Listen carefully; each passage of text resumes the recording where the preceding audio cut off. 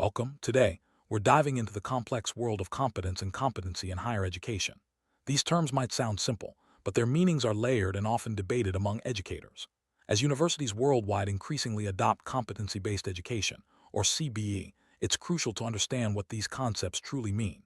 This video will guide you through the theoretical foundations, practical challenges, and essential recommendations for implementing CBE effectively.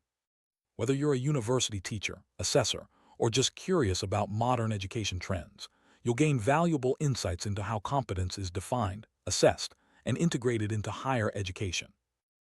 Competency-based education is gaining traction in British, European, and American universities. Why? Because today's global economy demands graduates who are not just knowledgeable, but also skilled and job-ready. Employers and professional organizations are pushing universities to ensure their graduates possess relevant competencies. While CBE has long been used in fields like medicine, its broader adoption is still new. This shift is driven by the need for accessible, affordable, and transparent education that leads to better learning outcomes and employability. But with this shift comes the challenge of defining and assessing competence in ways that are fair and meaningful. Let's clarify the difference between competence and competency. In everyday language, these terms are often used interchangeably. However, in educational theory, competence usually refers to a general ability, what someone can do. Competency, on the other hand, is about the specific skills and knowledge required to perform a task. For example, competence is being able to ride a motorbike, while competency is riding it at high speed on a challenging course. This distinction is vital for educators designing assessments, as it helps them decide what to measure and how to measure it. Competency is considered an essentially contested concept, meaning its definition is debated and context-dependent. Different academic disciplines, from teacher education to human resources, interpret competence and competency in unique ways. This diversity of perspectives leads to confusion when universities try to implement CBE across various programs. Without a shared understanding among staff, developing new assessment processes becomes problematic. That's why informed discussion and reflection are necessary before launching CBE initiatives. In practice, competency is not just about knowing something. It's about applying that knowledge in real-world situations. For assessment, this means students must demonstrate their abilities through performance or the creation of a product, not just by writing essays or exams. For example, explaining how to ride a motorbike is different from actually riding one. This focus on application is a key reason why traditional assessments may not fully capture a student's competence. Competence is broader than skill. While a skill is a specific ability, competence encompasses the integration of knowledge, skills, values, and attitudes. It's about what you know and how you use it. For assessment, educators focus on the demonstration of competence, the actual performance, rather than just the underlying competency. This distinction helps clarify what should be measured in CBE programs. Competence also involves the ability to use knowledge and skills independently. In Europe, frameworks like the EQF emphasize self-directed learning and autonomy as key components of competence.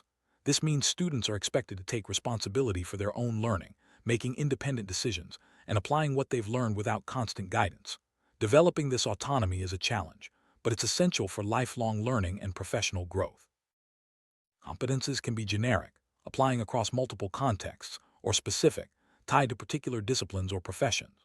The European qualifications framework distinguishes between knowledge, skills, and competence, with competence defined as the proven ability to use knowledge and skills in various situations. For assessment, this means educators must decide whether they're measuring broad abilities or specialized expertise, and how to interpret what counts as proven competence.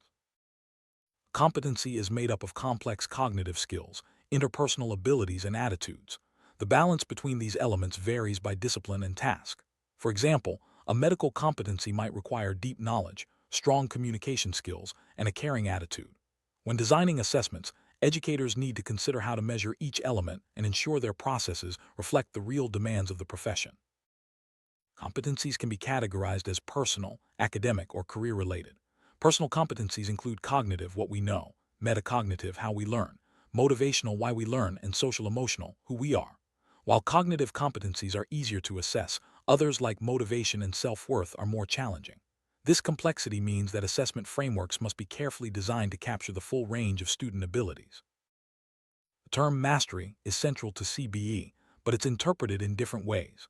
Some see mastery as repeated expert-level performance, while others accept a single successful demonstration.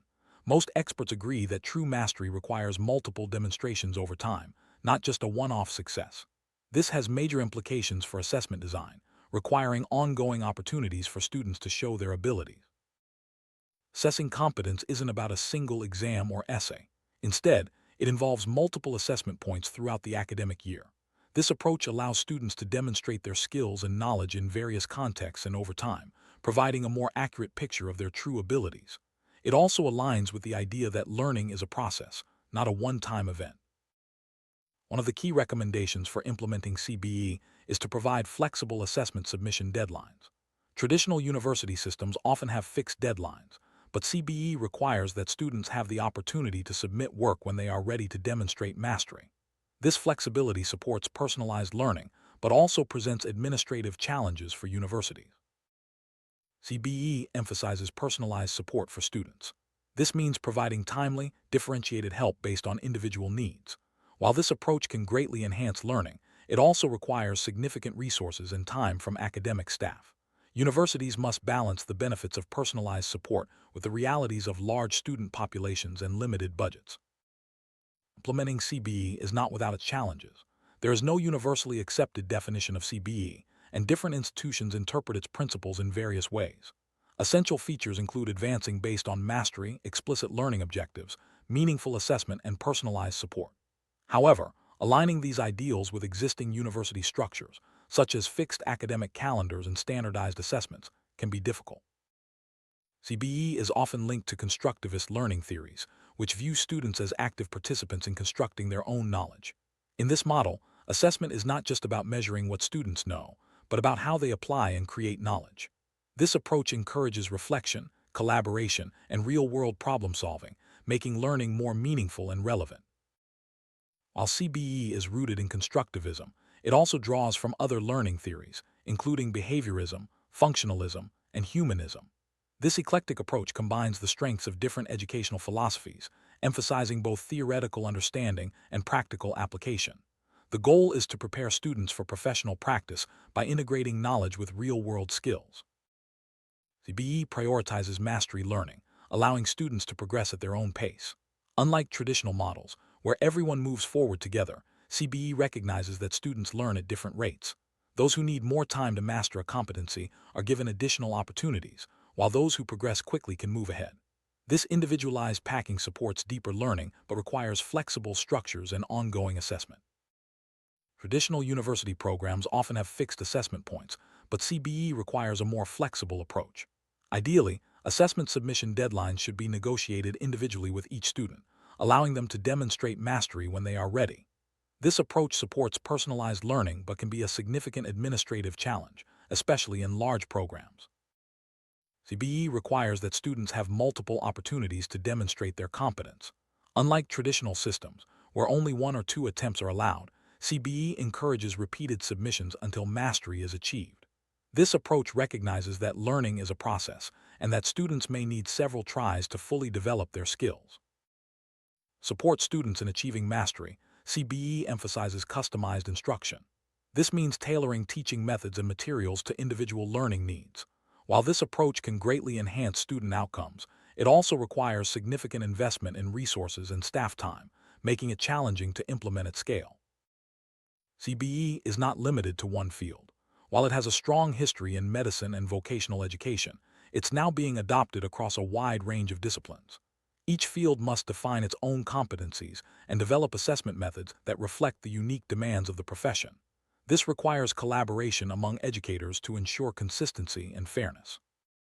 For CBE to succeed, it's essential that all teaching staff share a common understanding of competence, competency, and mastery.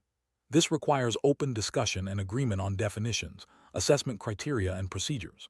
Without this shared understanding, it's difficult to develop authentic and equitable assessment processes. There is a wealth of literature and frameworks on competency-based assessment, especially in fields like nursing and medicine. Educators in other disciplines can draw on these resources to inform their own practices, rather than starting from scratch. Adapting proven models can save time and help ensure that assessment processes are robust and effective. Implementing CBE often requires significant changes to university administrative systems. Flexible deadlines, multiple assessment opportunities, and personalized support all demand new procedures and potentially new technology. Universities must weigh the benefits of CBE against the costs and challenges of making these changes. Before implementing CBE, educators should engage in thorough discussion to reach a common understanding of key terms and concepts. It's also important to design assessment processes that are authentic, equitable, and flexible. Removing fixed deadlines and allowing for multiple assessment opportunities can help students achieve true mastery. Authentic assessment means evaluating students in ways that reflect real-world tasks and challenges. Equity requires that all students have fair opportunities to demonstrate their competence, regardless of their background or learning style. CBE aims to promote both authenticity and equity, but achieving these goals requires careful planning and ongoing reflection. CBE is not a one-time change, but an ongoing process of improvement. As educators gain experience with competency-based assessment, they should continually review and refine their practices. This includes seeking feedback from students, collaborating with colleagues, and staying informed about new research and best practices. As more universities adopt CBE, the field will continue to evolve. New technologies, changing student needs, and ongoing research will shape the future of competency-based education. By staying flexible and open to change, educators can ensure that their programs remain relevant and effective in preparing students for the demands of the modern world. Wrap up, competence and competency are complex, contested concepts that require careful consideration in higher education. Implementing CBE means more than just changing assessments. It involves rethinking how we define, teach, and measure learning. By fostering collaboration, flexibility, and a commitment to authentic assessment, universities can help students achieve true mastery and prepare for successful careers. Thank you for joining us on this journey into the world of competency-based education.